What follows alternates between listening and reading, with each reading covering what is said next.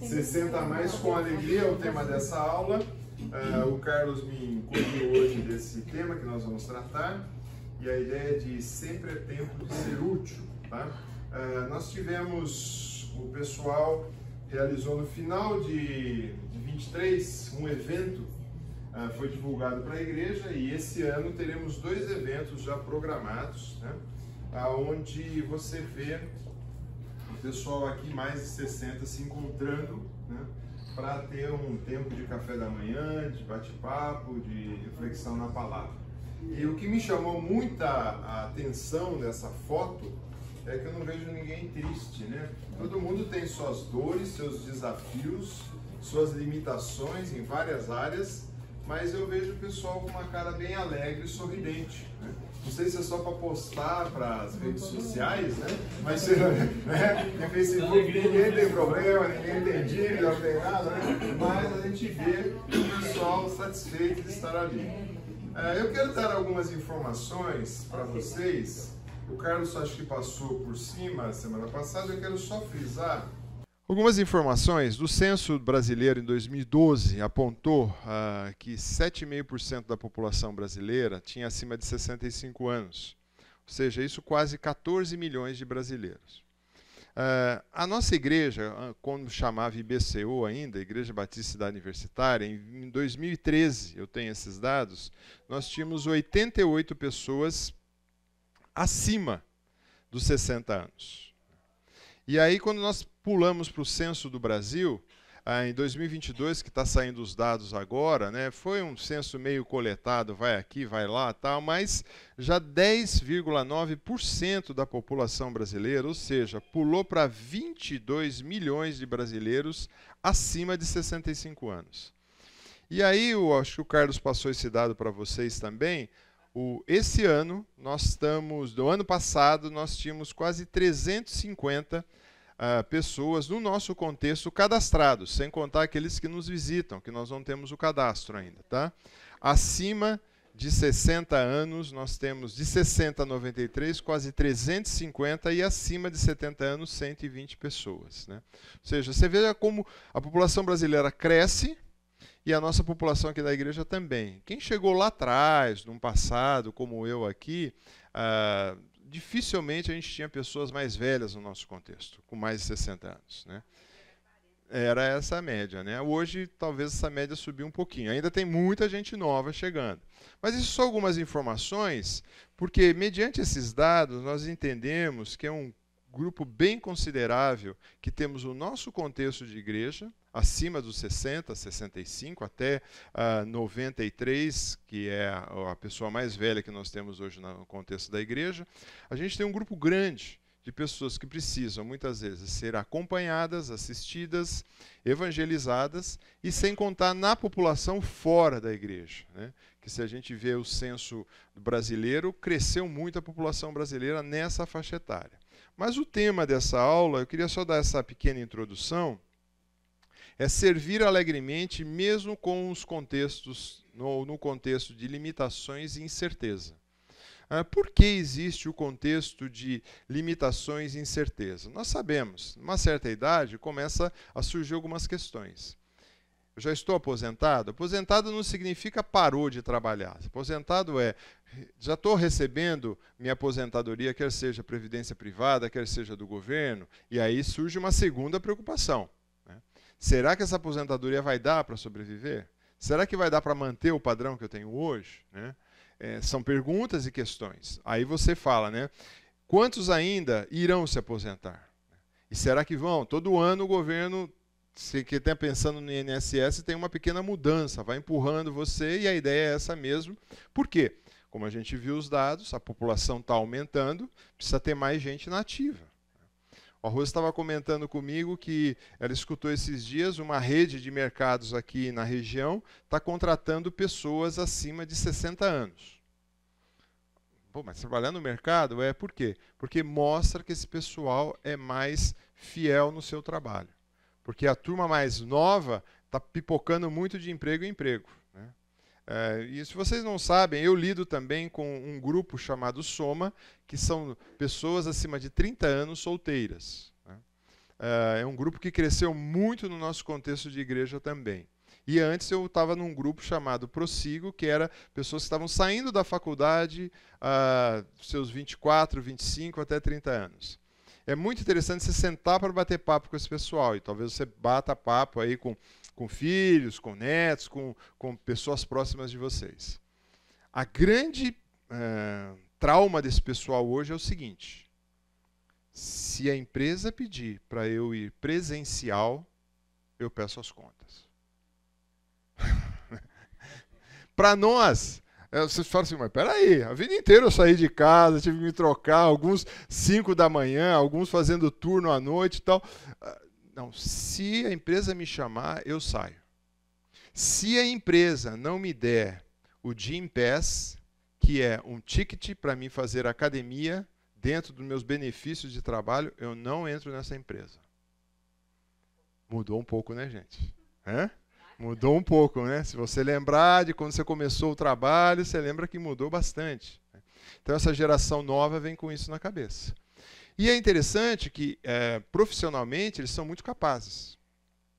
Relacional é complicado, mas intelectual eles são muito bons. Então, as empresas até começam a ceder essas coisas para reter esses talentos e eles ficam. Mas quando a empresa começa, coloca um supervisor que fala, não, agora você tem que vir 3 vezes por semana. O cara fala, Teve um então que falou assim, nossa, agora eu tenho que ir uma vez para São Paulo. Eu lembro do meu sogro que saía às 5 da manhã para trabalhar em São Paulo, voltava às 8 da noite durante 20 anos da vida dele. Né? Então, é uma outra mudança. É uma outra realidade que nós temos. Mas, nosso tema hoje, será que a aposentadoria será suficiente para viver após parar de trabalhar? Será que manterei o mesmo padrão de vida que eu tenho hoje? Os limites também do fator de idade, a gente sabe. Né? Começa, cada manhã, a gente acorda com uma dor diferente, com um incômodo diferente. Né? E faz parte, né? Isso daí a gente não adianta culpar. Ultimamente a gente está acordando aonde não está doendo. Então, eu não estou nessa fase ainda, viu, velho? Fica firme aí, viu? Velho porque eu tenho a liberdade que o Valdeci, a gente chama um outro de velho, né? Limites, fator de saúde, limitações físicas, né? É muito difícil muitas vezes. A pessoa com mais, como eu vejo, minha mãe está com 89 entrando 90. Falei, mãe, você não vai mais na igreja? Ah, filho, não dá para sentar naquelas cadeiras. Eu não aguento ficar sentado, minha coluna não aguenta. Né? Então, você tem esse limitante também. Então, assiste culto online na cadeirinha fofa dela ou na cama, né? Que é mais fofa. É uma realidade. É uma realidade. Né? E também tem outra realidade. Né? Aonde você vai morar? Com quem que você vai morar? Eu já brinquei com meus filhos e falei assim, veja bem, quando eu ficar mais velho, mais chato ainda, não vou morar com ninguém. É simplesmente vocês vão na Toscana, me reservam um lugarzinho, uma casa de repouso ali na Toscana. Só que esses dias eu descobri um outro local também fantástico. Estava assistindo um filme, o cara falou do lado do Lago Como, na Itália. Eu falei, pode ser ali. Quero uma casinha aqui, de frente para esse lago, eu posso passar o resto dos meus dias ali, né? Mas, brincadeira à parte, né? Tá certo que algumas cidades da Itália dizem que com €1 você compra uma casa, mas também não resolve muito. Diga. Eu tive uma experiência agora, essa semana, domingo, uma amiga mandou uma mensagem que a mãe tinha falecido. Uma senhora de 85 anos, super bem de saúde, lúcida, ia para o shopping sozinha, de ônibus, né? E ela morreu sozinha em casa e a família ficou sabendo no domingo. Ela morreu acho que no sábado. Assim, manda mensagem, não responde, mas a mãe sempre era desligada. Então quando ligou no domingo, não atendeu, ela foi lá. Ela estava morta. Aí eu comecei a ficar preocupada com as minhas tias mais idosas, tudo. Eu falei, olha, tem que pôr uma câmera na cozinha. Porque alguém tem que monitorar, entendeu? São as preocupações que chegam. São as preocupações. Muito bem. Pensando na alegria, o verso de Provérbios 10, 28 diz assim, a esperança do justo é a alegria. Mas a questão é aonde está essa esperança. Aonde o justo precisa colocar essa esperança? Que é a alegria, a gente já sabe. E é interessante que quando a gente nota num dos exemplos, eu vou trabalhar hoje mais com o personagem Moisés, tá? Mas quando a gente pensa num personagem que viveu um período difícil da vida, passando por poucas e boas, ele tinha inimigo interno, inimigos externos, desafios para construir um muro, e nós estudamos isso, o Fernando pregou muito, quem não lembra disso, quem quiser, visite ali as pregações em Neemias, é muito interessante, ainda ele tenta, junto com Esdras, restabelecer a espiritualidade daquele povo, e no texto de Neemias 8:9, quando eles leem as Escrituras, o povo, diante do que eles tinham vivido, eles realmente caem em choro, caem em lamento por ver, não a desgraça, a ruína física que tinha da cidade, que estava sendo restaurada, mas eles caem em choro porque eles olham e falam assim, o nosso pecado é tão grande. E eles começam a se lamentar.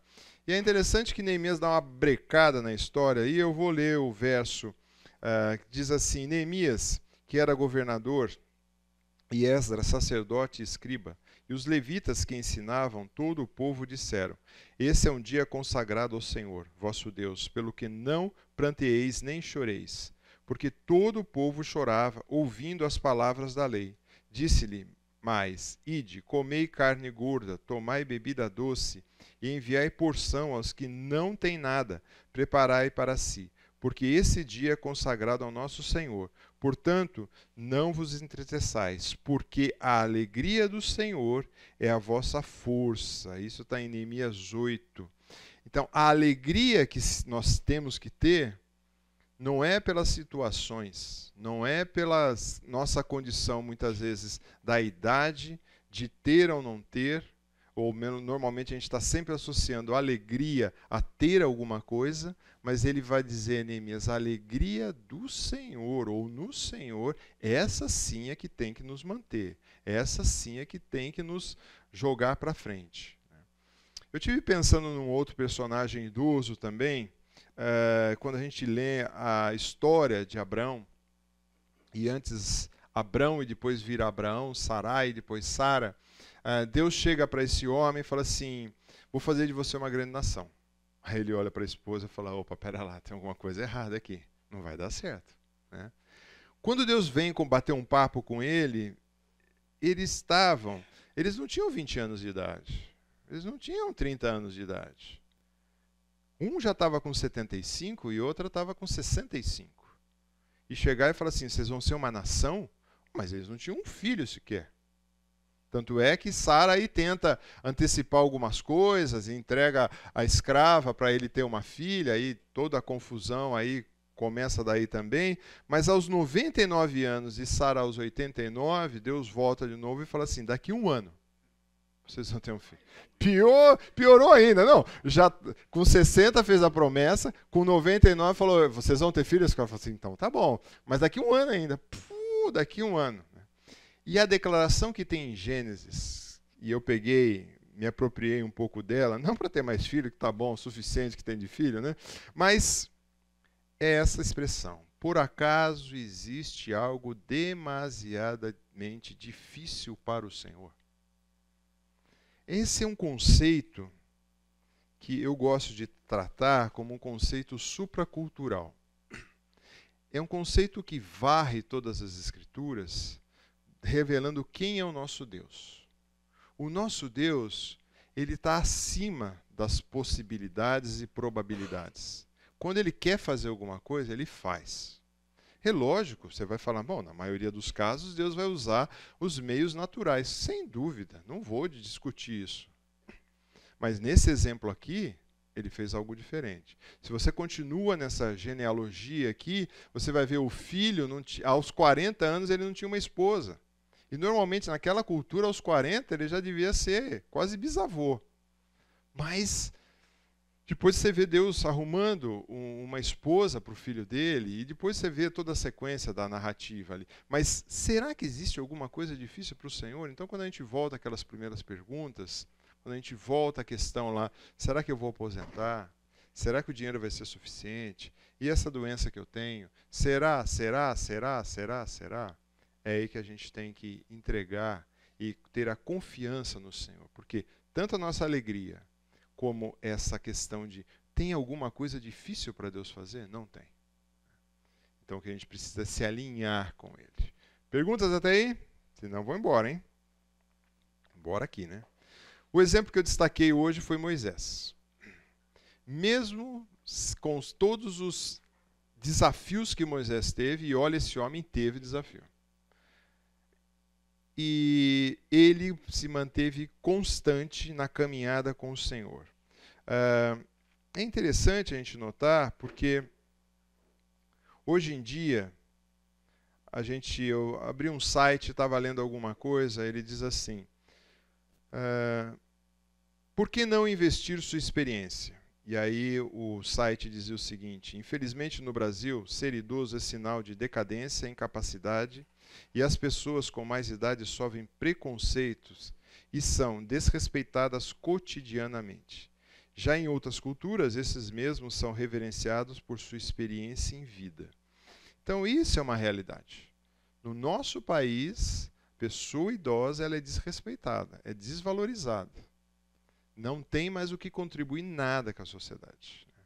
Isso é uma grande mentira, e principalmente para nós que somos servos de Deus. Nós temos muita coisa que fazer. Um historiador, um escritor, um teólogo, escreveu sobre Moisés. Os primeiros 40 anos da vida de Moisés, ele pensou que era alguém. Ele achou que era alguém. Por quê? Ele estava vivendo aonde? Ele estava vivendo na corte. Ali no, vamos dizer assim, o primeiro mundo do mundo antigo. Né? Os segundo 40 anos da vida dele, ele aprendeu que ele não era ninguém. E o terceiro 40 anos da vida dele, ele descobriu que Deus usa um ninguém. É lógico, você fala assim, bom, então eu já rodei 40, não cheguei nos 80, mas será que eu chego a 120? Então diminui. 30, 30 e 30. Até 90 estou dando uma idade boa aí, né? Então, talvez até os seus 30 anos você achou que era alguém. Eu posso, eu faço, aconteço, né? Posso mudar de emprego que nem essa geração nova. Posso mudar de emprego a hora que eu quiser, para onde eu quiser, da forma que eu quiser. Vão pagar o quanto eu quero. Eu tenho saúde, eu posso correr, pedalar, nadar e ainda tenho energia para fazer um monte de coisa, né? Então, e talvez você nem considere Deus muito nessa equação. Porque se você pode tanta coisa, para que eu preciso do Deus que atua no impossível? Não preciso. Doença, só você carregou alguma coisa, mas aos 30 não começou a aparecer muita coisa ainda. E então você pensa o quê? Que você é alguém. Só que aí depois, o tempo vai passando um pouquinho, você vai começando a descobrir que você não é ninguém.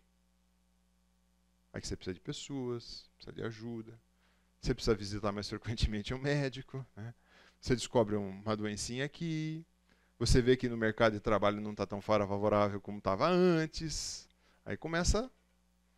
E quando você chega então aqui, né, dos 60 aos 90, que é a faixa que nós estamos aqui, aí você precisa descobrir, se não descobriu ainda, que Deus pode usar a gente muito para fazer muitas coisas. Achava muito interessante, muitos de vocês aqui conheceram o seu Laércio. O seu Laércio ele dava aula para as crianças. E era muito interessante, porque era um avô, e ele já era avô na época, dando aula para a garotada. Que era referencial.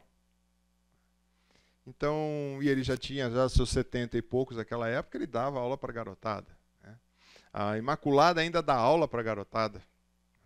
A Terezinha Beth, até uns anos antes, pouquinho antes da pandemia, estava dando aula para a garotada. Estou falando gente aí na faixa quase dos seus 70.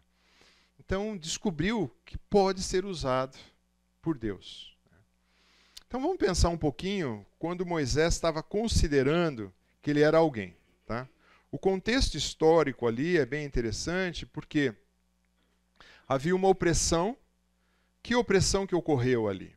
O Êxodo começa dizendo que já o pessoal não reconhecia mais quem foi José. Já tinha se passado o tempo. E aí, com questão disso, o povo começou a ser oprimido cada vez mais. O povo começou a ser cada vez mais apertado. E aí ele começa, né, ele achando que alguém não reconhece José como aquele que tinha feito o que fez ali naquela corte egípcia.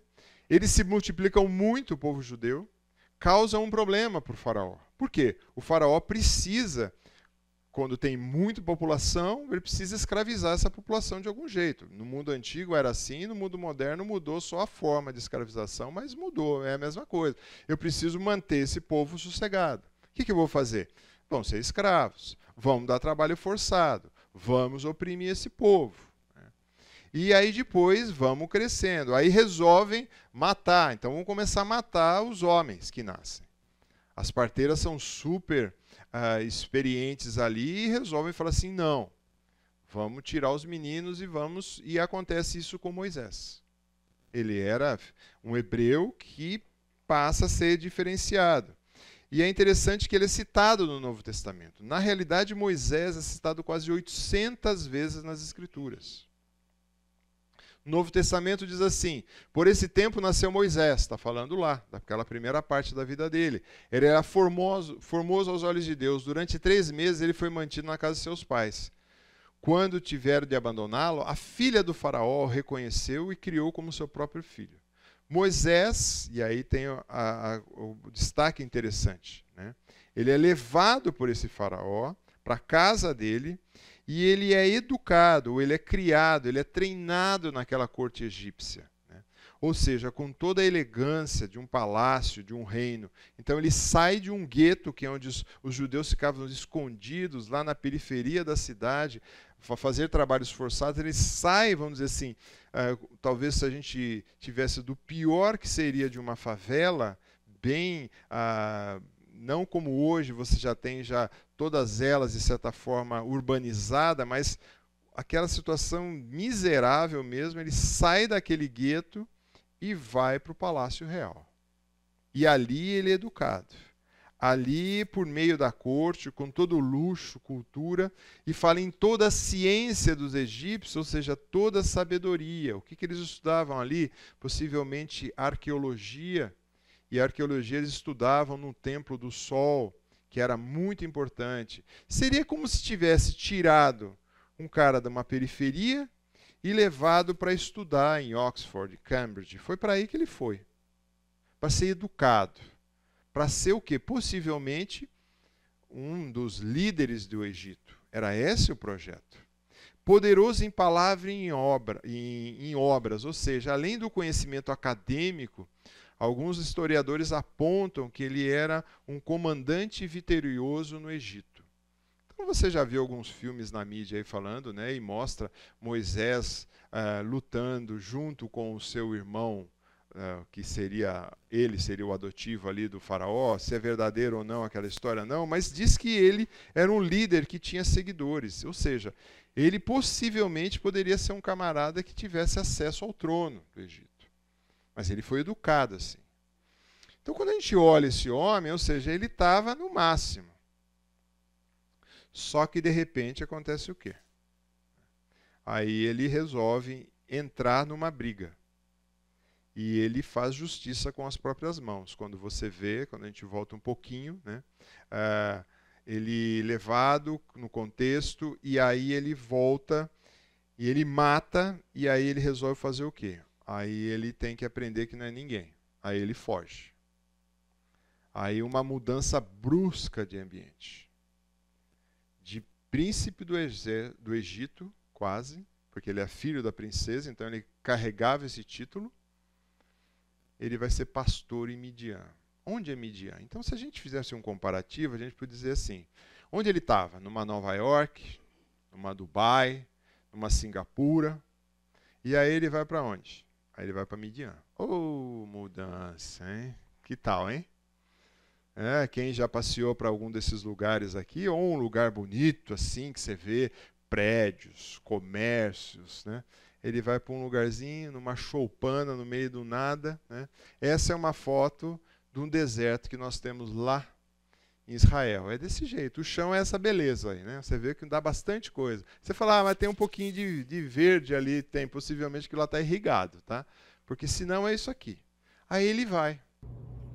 Interessante o choque cultural, porque para o egípcio, ser cuidador de animal era abominável. Isso. Então, ele sai da toda aquela arrogância egípcia e é colocado num lugar que praticamente ele foi educado que era abominação. Isso é relatado quando a gente vê a história de José, né? Quando os irmãos vêm, vocês vão ter entrevista com o faraó, mas não fala não. Não fala que você, ali a tradução fala tratar de animal, mas não é tratar de ovelha. Porque ainda o gado, o judeu ainda tinha como até se fosse uma divindade, né? O boi, a vaca e tal. Mas a ovelha era um negócio desprezível. Por quê? O que acontece com um pastor de ovelha? O que a gente vê nas narrativas bíblicas? Hoje não, hoje é um pouco diferente, né? Hoje o cara põe dentro do curral, abre, sai, o pasto é aqui, tudo verdinho e tal, volta a ovelha. Não, mas ele tinha que levar a passear aqui. Então, às vezes, ele tinha que dormir com as ovelhas, no meio das ovelhas. Aí a gente olha aquele bicho fofinho, bonitinho, e fala, que beleza, é nada, um bicho fedorento, porque ele tem o seu cheiro natural, né? Então, ele cheira a ovelha. Então, ele sai daquelas vestes maravilhosas, pomposas, e você vê que é se você puxa algumas páginas para trás, acontece ao contrário com José. José sai da prisão e é perfumado, banhado, colocado um colar nele que significava o símbolo, o sinete real, né? Uma carruagem nova, ou seja, todos os benefícios de um emprego de CEO José teve, né? Agora com Moisés inverteu a história. Ele vai para o meio desse local e para o egípcio era uma vergonha, mas ele tinha que fugir. Por exemplo, esse templo de Karnak, que é no Egito, né, eu não tive conhecimento ainda de presencialmente estar ali. Hoje é uma foto atual, essas duas são fotos atuais, né? Era uma coisa maravilhosa, né, onde os egípcios poderiam ali estar cultuando os seus deuses. É algo fantástico, né? Só que a função dele foi essa. A função era passear no meio das ovelhas, ou seja, ele sai do ambiente daquele. Então, quem pode ler para a gente? O texto é um pouquinho longo, mas está em Êxodo 3, tá? De 1 a 6. Relata um pouquinho desse episódio de Moisés aprendendo que não era ninguém. Moisés pastoreava o rebanho do seu sogro Jetro, que era sacerdote de Midian. Um dia levou o rebanho para outro lado do deserto e chegou a Horebe, o monte de Deus. Ali o anjo do Senhor lhe apareceu numa chama de fogo que saía do meio de uma sarça. E Moisés viu que, embora a sarça estivesse em chamas, esta não era consumida pelo fogo. Que impressionante, pensou. Por que a sarça não se queima? Vou ver isso de perto. O Senhor viu que ele se aproximava para observar. Então, do meio da sarça, Deus o chamou: Moisés, Moisés. Eis-me aqui, respondeu ele. Então disse Deus: não se aproxime, tire as sandálias dos pés, pois o lugar em que você está é terra santa. Disse ainda: eu sou o Deus do seu pai, o Deus de Abraão, o Deus de Isaque, o Deus de Jacó. Então Moisés cobriu o rosto, pois teve medo de olhar para Deus. Então vejamos aí essa narrativa, né? Sai da maior cidade do mundo, antigo, e vai para um local, né? Filha do faraó, ele é considerado um filho da filha do faraó, e imagina ele naquela corte, as atividades que ele tinha no dia a dia, porque lembre-se, ele era versado na ciência, no poder e tal, e agora qual que era a rotina de Moisés? Acordar um pouquinho antes do sol nascer, levar aquelas ovelhas para o pasto, voltar com aquelas ovelhas para casa. No dia seguinte, o que ele ia fazer? Levar a ovelha para o pasto, trazer a ovelha para casa. E no dia seguinte? Levar a ovelha para o pasto, trazer. Durante quanto tempo? Uma semana? 40 anos. Né? Eu posso imaginar, falando, nossa, como ia ser complicado isso. sai daquele agito, sai daquela cidade grande, de afazeres, de até mandar em pessoas. E suas posses, o que eram? O que ele tinha de posses aqui? A ovelha era dele? Não, a ovelha não, se é narrativa, a ovelha era do sogro, nem dele era. Né? Possivelmente o que ele tinha no pé era a sandália. E aí Deus falou assim, tira essa sandália aqui, preciso conversar com você.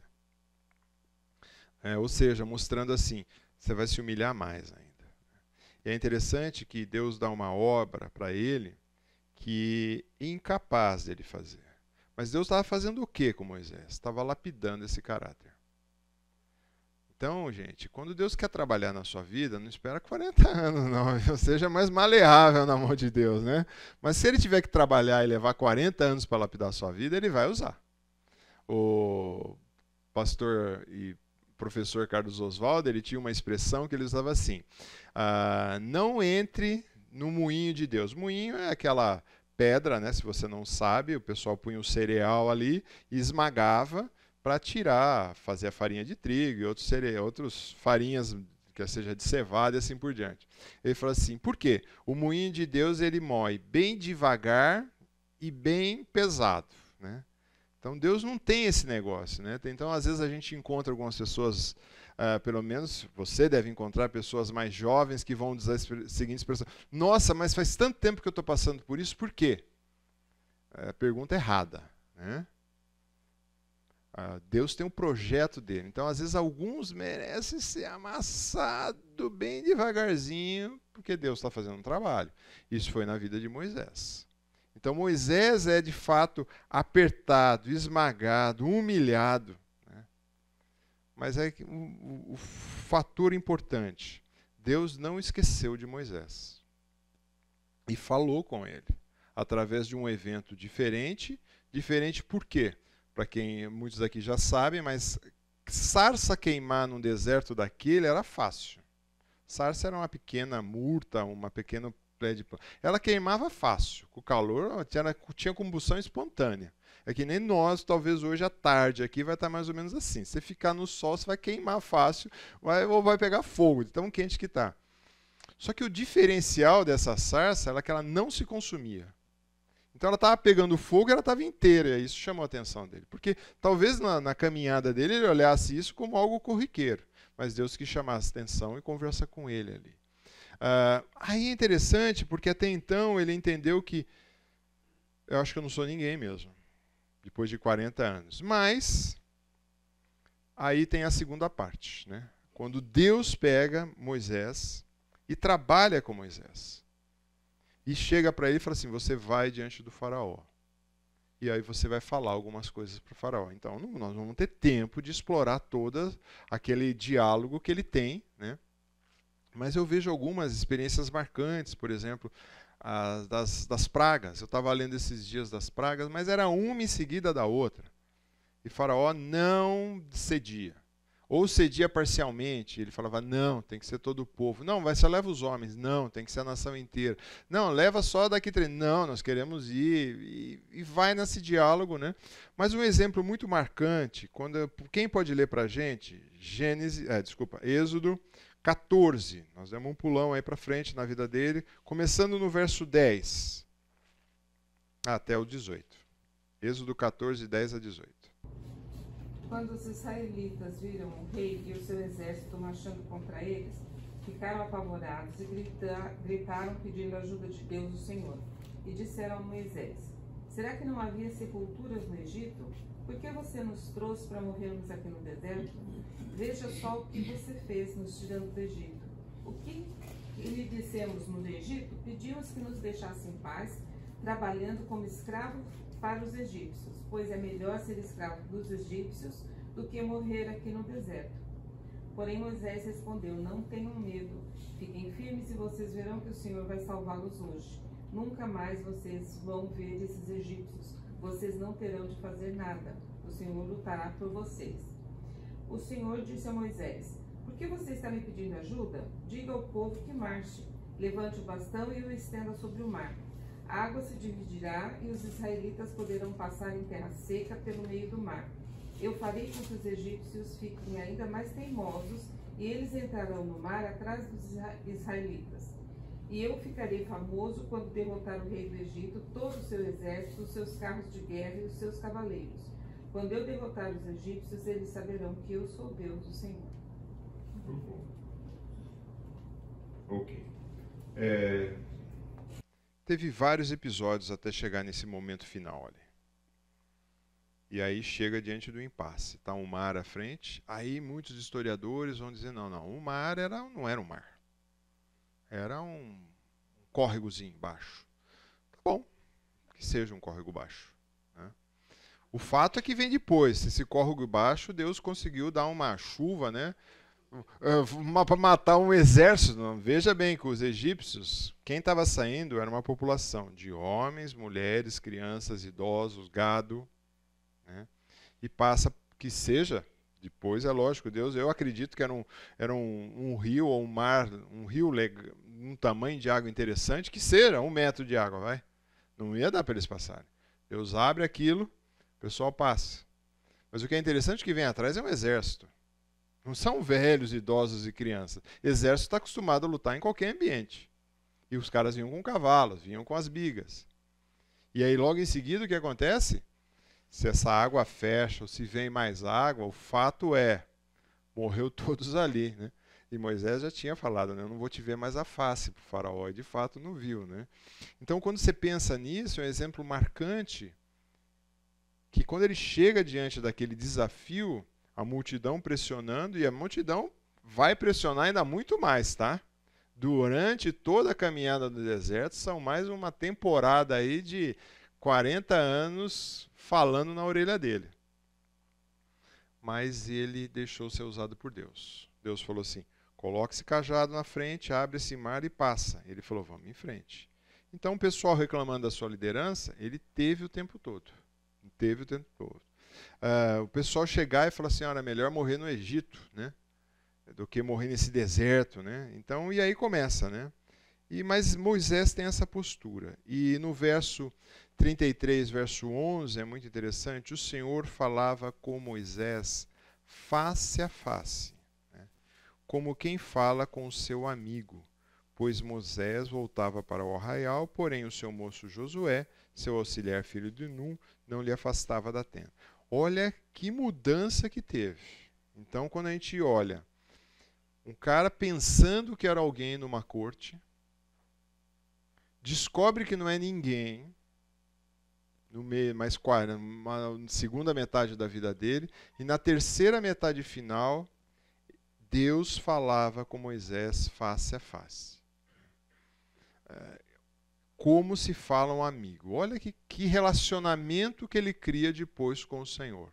Então, quando a gente pensa na vida de Moisés, né, ele passa esses 40 anos achando que era alguma coisa, depois descobriu, né, e aí é que era interessante, né, quando a gente olha essa vida de Moisés e compara com a nossa.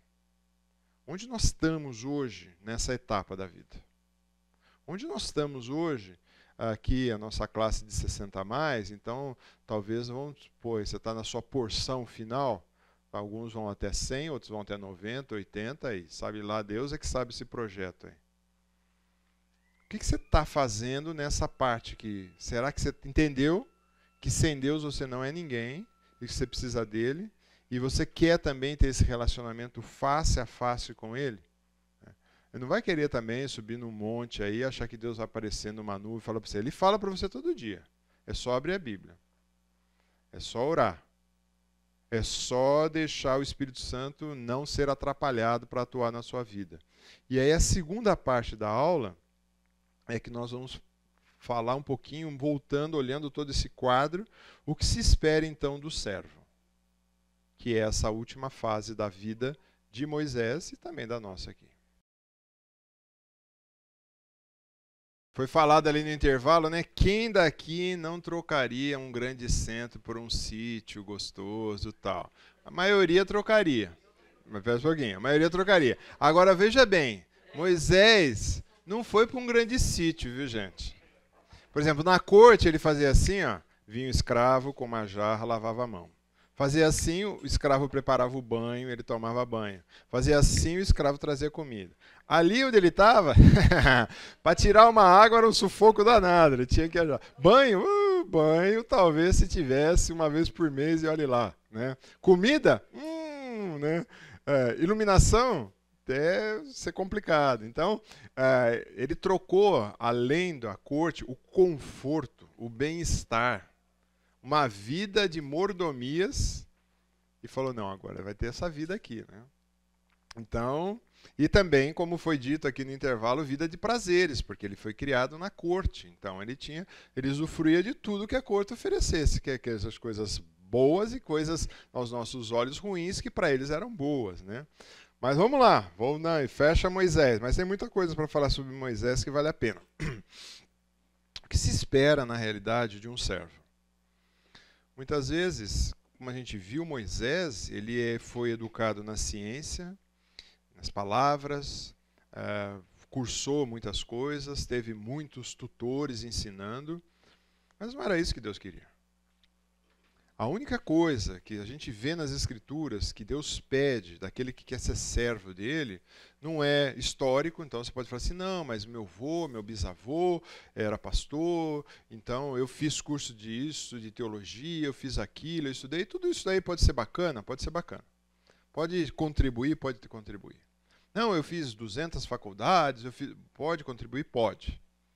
Mas nada disso substitui o que Deus pede, que é isso daqui. Assim, pois, importa que todos nos consideres como ministro de Cristo, o apóstolo Paulo falando, né? E a palavra utilizada para ministro, assim, que ele diz aqui nesse texto, né? É carregados dos mistérios de Deus. Ora, o que se requer desses encarregados, desses servos? Que cada um deles se encontre fiel. A palavra fiel, ela significa verdadeiro, confiável. Pessoa que mostra fiel nas transações do negócio, execução de comando. Alguém que mantém a fé sem se comprometer com coisas que não é correta. Então, é aquele que crê, aquele que confia. Então, o que se espera das pessoas que servem?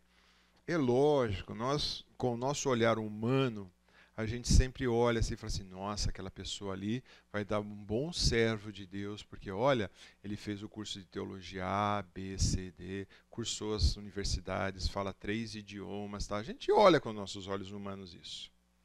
Mas quantos teólogos você não conhece que tem um currículo exemplar, mas a fidelidade ao Senhor e à palavra dele é um lixo? Então, não vale de nada. Né? Então, o que se espera, e agora de nós, né, é que cada um de nós se encontremos fiéis a fazer a obra que Deus tem para cada um.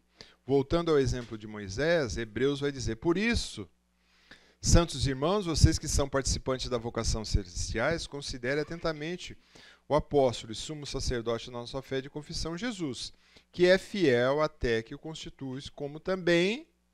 Então, aqui em todo o livro de Hebreus, o autor sempre contrapõe anjos com Jesus, Moisés com Jesus, sacerdote com Jesus, sumo sacerdote com Jesus, e sempre a supremacia de quem? Jesus Cristo, não tem acordo.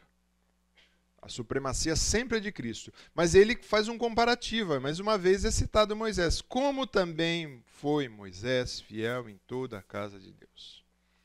Verso 5, Moisés foi fiel em toda a casa como servo e testemunhou das coisas que haviam de ser anunciadas. Então, ele é usado no Novo Testamento como exemplo de fidelidade.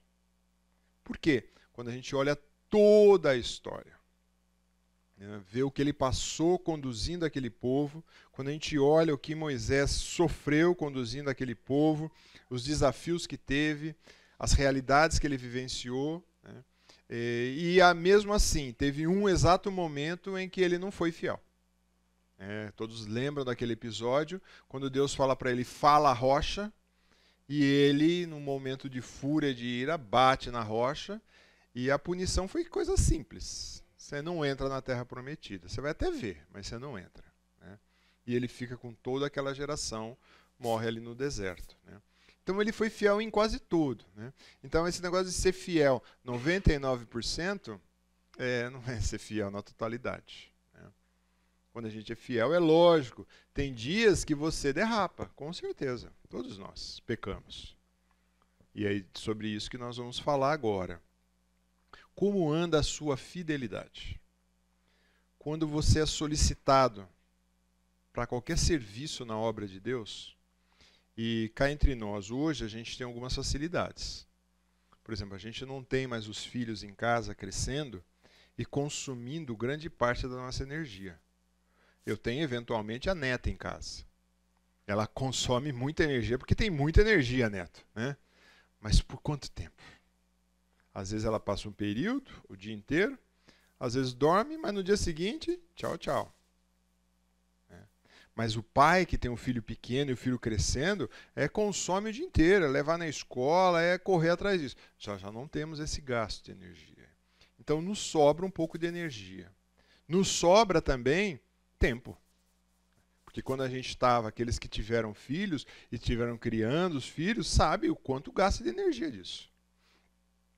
Então a primeira resposta que muitas vezes nós damos quando é convocado para um serviço, para servir na obra do Senhor, aqui na igreja, em outra coisa, a primeira coisa, eu não tenho tempo. A primeira, e eu vou chamar aqui de desculpa, viu, gente? Quer seja para você, se eu estivesse na classe aqui, das pessoas de 30 anos, pessoas com filhos recém-nascidos aqui, ou filhos jovens, eu ia falar a mesma coisa. A questão de falar que não tem tempo é uma desculpa. A gente tem tempo. Qual é o problema? O problema é como a gente usa esse tempo. E muitas vezes a gente não monta a nossa agenda priorizando as coisas da eternidade. A gente monta a nossa agenda pensando só no aqui e agora. Então, tempo não é a desculpa para não servir ao Senhor. Todos nós, e é interessante, essa semana eu fiz um estudo com o pessoal, mostrando que desde a narrativa da criação, Deus estabelece tempo. E foi criado o primeiro dia. Né? Se você vai acreditar em dia literal ou eras, não é a questão, mas a questão é, teve um período ali. E Deus é um Deus que trata desses períodos, então tempo tem. E nós somos colocados nesse tempo. Talvez você vai dizer, não tenho tempo, então você tem que reconsiderar suas prioridades. Porque talvez se Moisés, logo no começo ali, dos 40 anos dele, Deus tivesse aparecido para ele ali, o que você acha que ele ia fazer? Ele falou, não, isso aqui é pegadinha. Né? Precisou levar ele para um local. Então, tempo, muitas vezes, é questão de nossas prioridades não estarem adequadas aonde tem que estar. A segunda resposta que nós podemos dar é, eu não tenho capacidade. Aí eu posso concordar com você. Você pode chegar e falar assim, olha, eu gostaria muito de estar numa sala com crianças, mas eu não tenho... É diferente, eu não tenho capacidade, eu não tenho jeito. Eu não tenho jeito de estar na classe com criança. Não tem jeito, não vai. Na minha história aqui da igreja, já se vão aí desde 89, eu estou aqui na igreja, 2 vezes eu entrei em sala de crianças. 2 vezes. E eu não fiquei o período inteiro ainda. Eu saí correndo, a Rose foi me salvar lá. Né? Eu não consigo comunicar, não sei. Agora, se você falar com o Marcão, né? O Marcão se deleita em estar no cultinho com a criançada. E alguns de vocês aqui também não vê problema com isso. Ótimo, graças a Deus por isso. Aí eu não tenho capacidade. Eu entrei essas 2 vezes que era motivo de urgência. Não tinha quem ficasse, eu fiquei. E da próxima vez que acontecer isso, eu falei assim, vai ficar sem. Traz a criançada para os pais. Deus capacitou cada um. Mas muitas vezes você fala assim, eu tenho jeito com criança, eu gosto da criança, como eu tenho visto alguns irmãos nossos que estão se convertendo agora, e eles estão chegando no nosso contexto e eles querem estar com as crianças. Só que eles são novos na fé. O que precisa acontecer? Ele precisa ser treinado, ele precisa ser capacitado. E eles estão fazendo essa capacitação. Então, quando a gente olha isso, eu não tenho capacidade, no nosso contexto de igreja, a gente pode e capacita aqueles para o serviço. Tanto é aqueles que vão estar com criança, primeiro eles começam como um auxiliar. Depois vai vendo o desempenho, eles vão caminhando. E assim por diante. Por exemplo, eu tive a oportunidade de estar e dar aula para os jovens e sempre estava trazendo junto outro jovem.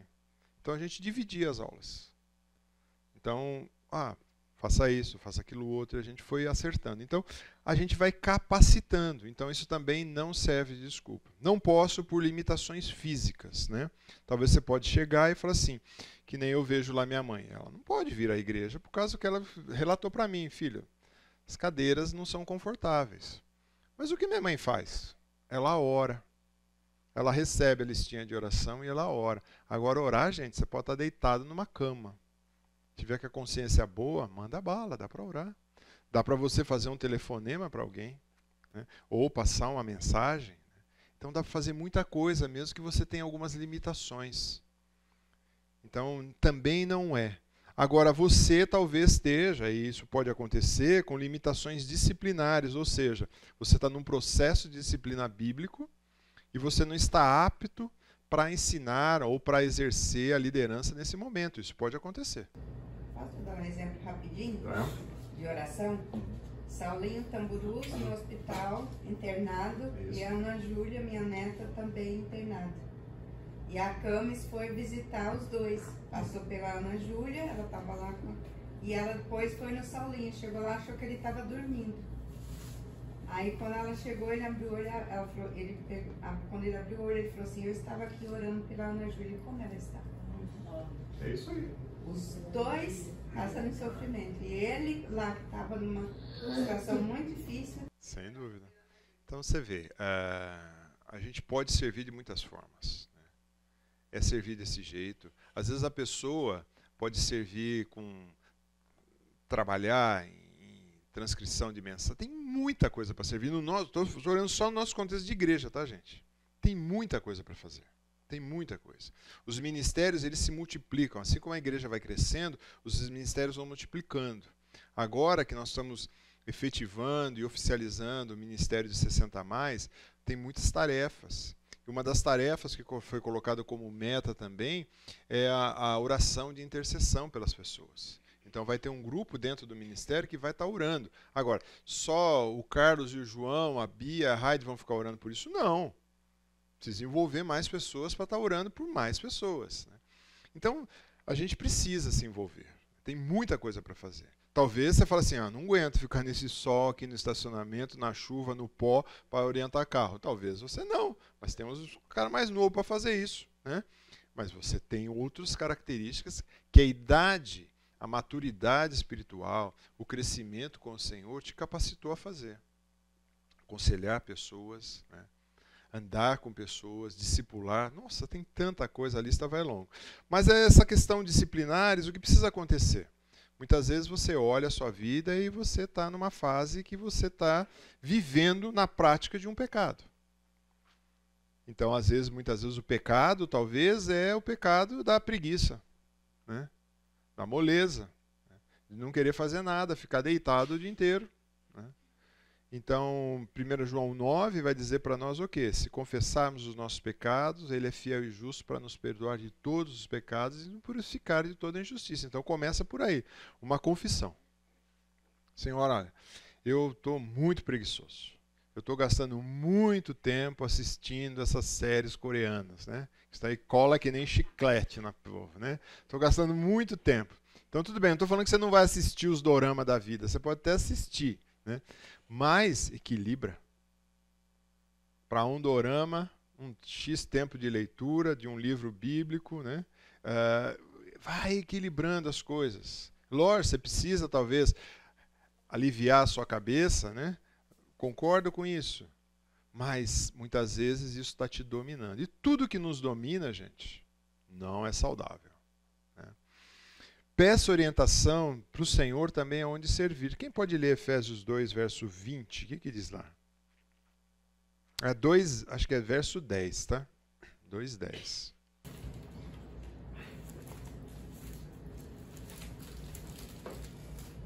Nós somos feitura dele, criados em Cristo Jesus para boas obras, as quais Deus de antemão preparou para que andássemos. Opa! Todos nós somos criados que são salvos em Cristo Jesus para as boas obras. Então tem boa obra para você fazer. Talvez, que nem o João estava brincando aqui, né? Foi fazer uma manutenção do carro dele, inclinou debaixo do painel, depois teve que chamar a filha mais nova para ajudar a tirar dela de baixo. Pô, o João, que foi técnico em manutenção a vida inteira. Não tem jeito, é isso mesmo. Né? Tem coisas que eu olho assim e falo assim, nossa, eu fazia isso tranquilo, né? Subia no banquinho com 2 pés só para tirar essa lâmpada aqui, né? Agora eu olho e falo assim, eu vou fazer... Não, vou pegar a escadinha. Vou pegar a escada porque sabe como é que é, né? E manda a mulher... E ainda põe a mulher perto e fala assim, fica olhando aí para ver se, né? Antes subia, limpava a calha, telhado, né? Muda, né? Então, mas nós somos chamados para algumas obras, e é lógico, dentro do seu limitações, por isso que o tema da aula é mesmo nas limitações, nas dificuldades, Deus quer usar todos nós. E nós temos algo que a geração mais nova não tem, que é a experiência de vida, quer seja boa, quer seja ruim. Mas a gente pode transmitir isso para eles. E falar assim, não faça essa bobagem que eu fiz. Faça essa que deu certo. Né? A gente pode fazer isso. E a gente precisa pedir orientação. A Deus primeiro, onde eu vou servir, e a liderança da igreja, aonde eu posso servir. Se você tiver dúvidas, você pode me procurar, eu estou sempre inteirado das áreas que tem a igreja, onde precisa de gente para servir. Né? E também começa a trabalhar nessa igreja. Por exemplo, nossa igreja tem muito lugar de serviço, mas muito lugar, você não faz ideia. Para onde você olha, você fala assim, mas eu vejo tudo funcionando tão bem, graças a Deus. Mas sempre tem espaço para mais gente trabalhar. Porque a igreja é dinâmica, o corpo de Cristo é dinâmico, ele não para, ele cresce. Né? Então, como anda a sua fidelidade? Precisa se envolver, precisa servir, né? Precisa estar ativo na obra. Né?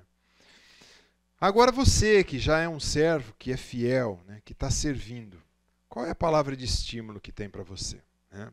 Qual é a recompensa? Mateus 25:1, o Senhor Jesus diz assim, disse o Senhor, muito bem, servo bom e fiel. Está falando para aquele que está fazendo as coisas boas e com fidelidade. Ali era a distribuição de alguns talentos para a pessoa ver como vai administrar aquilo que o Senhor está lhe dando, e a gente pode esticar isso um pouquinho e dizer sobre os ministérios ou serviço na obra do Senhor. Foste fiel no pouco, sobre o muito te colocarei. Entra no gozo do seu Senhor. Então, Deus reconhecendo e falando fiel. Muito interessante. Nós tivemos no último domingo os batismos da parte da noite, quem assistiu, foi só o pessoal aqui de casa, vamos dizer assim. Né? E você vê onde cada um foi alcançado. Com o pai, dentro do carro, falando do evangelho. Uma moça que foi batizada, que é no nosso grupo de quarta-feira, a mãe dela, fazendo artesanato, compartilhou, a mãe não é cristã, não vem na igreja, só vem no artesanato. A mãe compartilhou da realidade da filha. Olha, minha filha está bem desorientada, é sozinha, solteira, é professora. Compartilhou com uma mulher do artesanato. A mulher pegou essa informação para orar, orou, e orar em seguida compartilhou com a filha dela, que participa do nosso grupo, que é uma jovem solteira. A filha convidou a moça para vir na reunião de quarta, ela veio. Participou da reunião, participou do plano de Deus, entrou na classe de integração, e eu perguntei, você entendeu alguma coisa da classe? Não entendi um negócio assim e tal. Foi conversar depois com a Rose, ela se converteu e foi batizada. Olha lá, um toquezinho de alguém lá no artesanato. O Kleber, que foi batizado também, né? Casado com a Heloísa, ela vindo constantemente, e o cara arredio. Palavras dela e dele. Eu não vou, coitado, por causa do Guarani. Eu também sou bugrino, mas é por isso que eu vou para a igreja, né? Para ver se o Guarani melhora, né? De joelho, né? Para ver se melhora. Mas o cara não vem porque vai assistir jogo do Guarani. Eu falei, meu Deus, se fosse aí um time, né? Que nem sei qual time que está bom hoje, não posso falar da rival que está muito boa. Mas vamos lá. Mas foi interessante porque ela se manteve firme, orando por ele. O Kleber começou a aparecer. Eu fui, cumprimentei e tal, me identifiquei como bugrino também, sofredor e tal, e fomos conversando e tal, e o Kleber começou a vir. O Kleber foi para o plano de Deus. O Kleber trouxe a mãe dele. O Kleber passou pela classe de integração, o Kleber foi batizado no domingo. Então você vê a gente mostrando a nossa fidelidade, essas pessoas que eu estou dizendo para você aqui, mostrando essa fidelidade e a coisa acontecendo. Né? Eu gosto muito desse texto de Paulo, quando ele diz em 1 Coríntios 15, 58, portanto, meus amados irmãos, sede firmes, inabaláveis e sempre abundante aonde? Na obra do Senhor. Então por quê? Muitas vezes a gente vai cansar, a gente vai se abalar, a gente vai ficar chateado, e vou te falar, quem está servindo sempre tem dissabores. Não tem jeito. Não tem jeito. Porque no contexto de igreja nós lidamos o quê? Com pessoas, não é uma máquina. Você não aperta um botão, pô, essa máquina quebrou, pega uma marreta e dá. Não. Às vezes você... Não pode. Você lida com pessoas. E pessoas, elas trazem os seus problemas. Trazem as suas complicações, os seus desafios, o momento de vida. Então ele fala, meus irmãos, sede firmes e inabaláveis, sempre abundante na obra do Senhor, sabendo, que no Senhor, e não é só glória própria, não é nossa, só que bom, olha, como eu cantei bonito hoje, esquece isso. Isso daí queima ali mesmo, isso daí não sobe nada para Deus de alegria. O vosso trabalho não é vão. Então tudo que a gente faz no Senhor, o nosso trabalho não é vão. Esse trecho de Pedro, 1 Pedro 4, diz assim, servir uns aos outros. Olha que texto maravilhoso. O serviço você não faz para você. O serviço no corpo você faz para os outros. Cada um conforme o dom que recebeu, como bons dispenseiros da multiforme graça de Deus, ou da colorida graça de Deus. Então, talvez se você for para recepcionar pessoas, você recepcione diferente. Um casal que me impacta, que está com mais de 60, é o Salgado e a esposa, fazendo a recepção lá em cima. Você já viu eles fazendo a recepção? Gente, você fica até com ânimo de entrar na igreja. Mesmo que você chega meio murcho assim, o Salgado já está na beira da escada. Boa noite, que bom que você está aqui. Você fala, né? Então, olha que ânimo que dá. É lógico que tem gente mais contida, mas que... Então, conforme o dom que recebeu, bons dispenseiros da graça.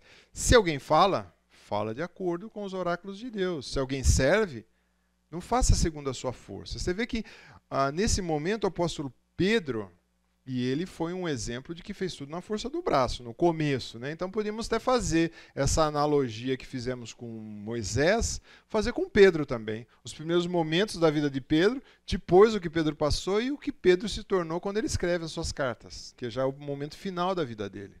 Olha para onde ele coloca os oráculos de Deus, na graça de Deus e na força de Deus. Para que em todas, que supre, para que em todas as coisas, quem seja glorificado? Quem está fazendo? A instituição que se está? Não, Deus. E por meio ainda de Jesus. E aí ele fecha dizendo quem pertence à glória e domínio pelos séculos dos séculos. Amém. Então você vê como o servo que está com a visão correta, eu sirvo porque Deus me deu um dom. Deus me dá uma graça de serviço. Se eu vou falar conforme os oráculos de Deus. Eu tive uma experiência muito rica esses dias, que foi 2 seguidas assim. Cheguei uma mensagem do WhatsApp, uma pessoa que foi membro aqui da igreja já. Hoje ele deve estar na faixa dos seus, talvez 44 anos, 3 filhos. Ele falou assim, Wagner, eu estou escrevendo, porque eu estou fazendo um congresso aqui e está ensinando como falar para jovens nesse congresso, além de outras coisas. E eu estou lembrando numa viagem que a gente fez, quando você liderava os adolescentes, eu falei, nossa mãe, o que será que eu fiz? Faz tempo, né, Cida? Nossa, faz tempo. Eu falei, nossa, o que será que eu fiz, né? Eu lembro que eu estava muito deprimido, estava muito chateado, estava pensando bobagem sobre a minha vida, e você sentou do meu lado no ônibus e você usou um versículo bíblico para mim. Eu falei, ainda bem que eu usei um versículo bíblico, né? Porque se está errado, o que está errado não é Deus que vai estar errado. Né? E você falou assim que Deus não daria um fardo maior que a gente possa carregar. e ele providenciaria o escape. Então, estou aqui para agradecer. Então, eu falei, nossa, sabe aquele que volta para agradecer, né? Eu falei assim, que coisa interessante, isso daí tem por baixo, acho que uns 30 anos, quase uns 30 anos. Que coisa interessante, né? Aí eu falei assim, nossa, mas eu fiz para quem aquilo? Gente, quando ele começou a falar, eu falei assim, não lembro disso. Não lembro que ele estava nessa viagem. Tudo bem, né? Depois dos 60 a gente não lembra um monte de coisa, né? Mas vamos ver. Eu falei assim, pô, mas uma coisa marcante, mas para mim talvez não tenha sido marcante, porque entendi como sendo uma pessoa que foi usada por Deus para dar esse recado. Mas para ele, fez diferença na vida dele. Wagner, e como é importante, né? Você tá realmente com o coração ligado em Deus e o Espírito Santo te usar. Né? Naquela hora você falou um versículo e que foi importante para ele e isso refletiu para a vida. Então, aí é que entra o nosso... aí é que entra esse ponto aqui. Eu poderia ter falado um monte, poderia até cantar um samba enredo para ele ali, né? Ia ficar? Não ia. O que ficou? Um conselho da palavra de Deus. Por quê? Porque eu estava com aquele conceito na minha cabeça para aplicar naquele momento. Então, prepare-se melhor para servir. Isso é para o servo fiel. Você está vendo alguém que é habilidoso naquilo que faz? Ele será posto diante de reis e não estará a serviço da plebe. Então, nosso desejo é que você se equipe. Por exemplo, nós temos uma equipe, não sei quem mais faz aqui parte, mas eu vejo a Maria aqui, a equipe dos nossos conselheiros, né? O pessoal se prepara, se equipa para aconselhar vidas. E colhe fruto depois de quantos anos a Marielle veio se batizar? Trabalho ali da Maria, encontrando com ela, conversando. 9 anos. Sentando junto, falando da palavra de Deus, mudando um monte de conceito equivocado na cabeça dela. Ela relatou um pouquinho para a gente quando estava na filmagem, compartilhou algumas coisas. Então, quando você vê... Agora, se a Maria falasse assim, não, é isso mesmo, sabe? Você tem que... Seja feliz, né? O importante é você ser feliz. Você acha que é isso o conselho bíblico? Você abrir a Bíblia, eu acho que não tem nenhum falando assim, seja feliz, né? Muito pelo contrário. Mas a gente precisa se preparar melhor. Muito bem. Se você for fazer uma cirurgia, quem é cirurgião ou médico aqui, o que você prefere? Então você vai no médico amanhã, né, vai lá fazer uma consulta, o médico falou assim, nós vamos fazer uma cirurgia em você. Né? Você vem preparado, vamos supor que é só tirar uma pinta aqui do braço, tal, vamos dar uma anestesia local mesmo, pode ser aqui no consultório, uma coisinha simples, não precisa de anestesia geral, essas coisas. Tal. Só que em vez de usar um bisturi novo, limpo, eu vou usar essa faca aqui que eu cutuco a terra. Você topa ficar? Ou se você é dentista, né? Você vai lá na dentista, a dentista chega lá, né? Vem lá, peraí, tem um aparelho aqui, não, mas eu vou pegar a faquinha que eu estou mexendo aqui no gramado aqui. Você topa um negócio desse? Não. Então, agora, seria ideal usar um bisturi limpo, novo, para me cutucar a terra? Pô, talvez no desespero você use, né? Vai fazer diferença para a terra? Nenhuma. É melhor você usar uma faquinha própria, um instrumento próprio, assim como um bisturi. Então, qual que é o ideal? É a gente se preparar, é se equipar para ser usado bem por Deus. E muitas vezes não ter vergonha de falar assim, eu não sei. Eu vou caminhar com outra pessoa que possa me ajudar. Né? Mas o ideal é se preparar melhor. Né? Gosto muito desse verso que diz assim, como os olhos dos servos estão fitos, né? Talvez você não sabe o que é fitos, mas é atento nas mãos dos seus senhores, e os olhos das servas na mão da sua senhora, assim nossos olhos estão fitos ou atentos no Senhor, nosso Deus, que se compadece da misericórdia, que se compadece de nós, ou algumas versões misericórdia. A ideia é, o rei está sentado à mesa, o Senhor está sentado à mesa, quando ele levanta a mão, o escravo rapidamente já vem atender. Você já foi em restaurante? Que você fica caçando o garçom e o garçom passa de cabeça baixa? Gente, eu falo assim, precisa dar um treinamento para garçom. O garçom tem que ser um camarada que tem que estar sempre assim. Você mexeu, derrubou um copo, caiu um garfo, ele tem que estar atento a atender. Essa tem que ser a função do garçom. Né?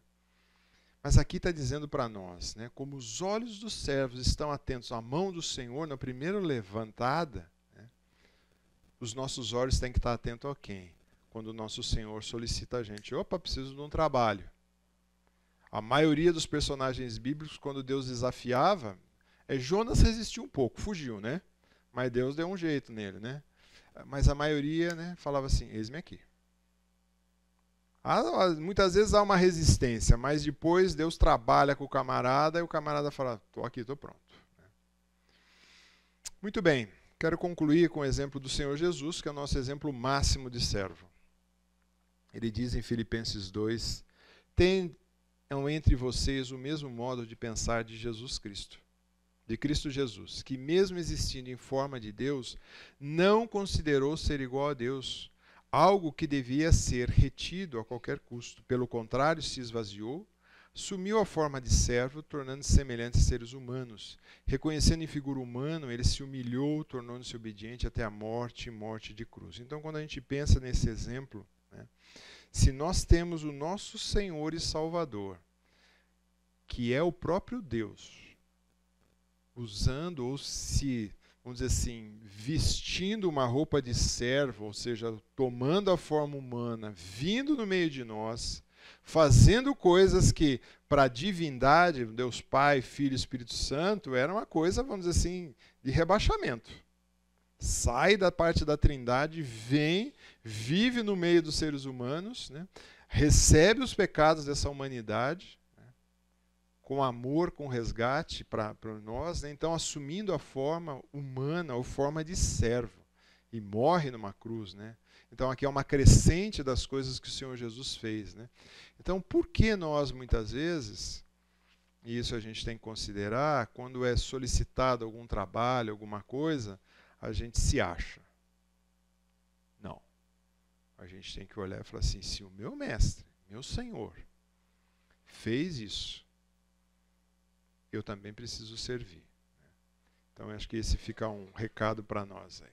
Perguntas e questões? Colocações?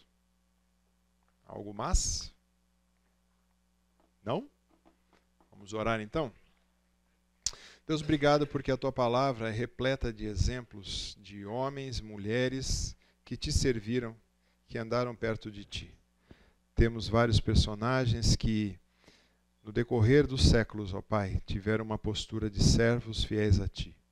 E queremos, de fato, olhar para esses com o coração agradecidos e também queremos, ó Pai, olhar para esses como exemplo a ser seguido. Assim trabalha em nós, que apesar de nós, apesar muitas vezes das limitações que temos, o Senhor nos ajude a Te servir de uma forma a Te honrar, Te glorificar e, acima de tudo, com uma alegria que vem mesmo do Senhor. Assim, trabalha em cada um de nós aqui, para termos uma vida que reflita cada vez mais o Senhor Jesus.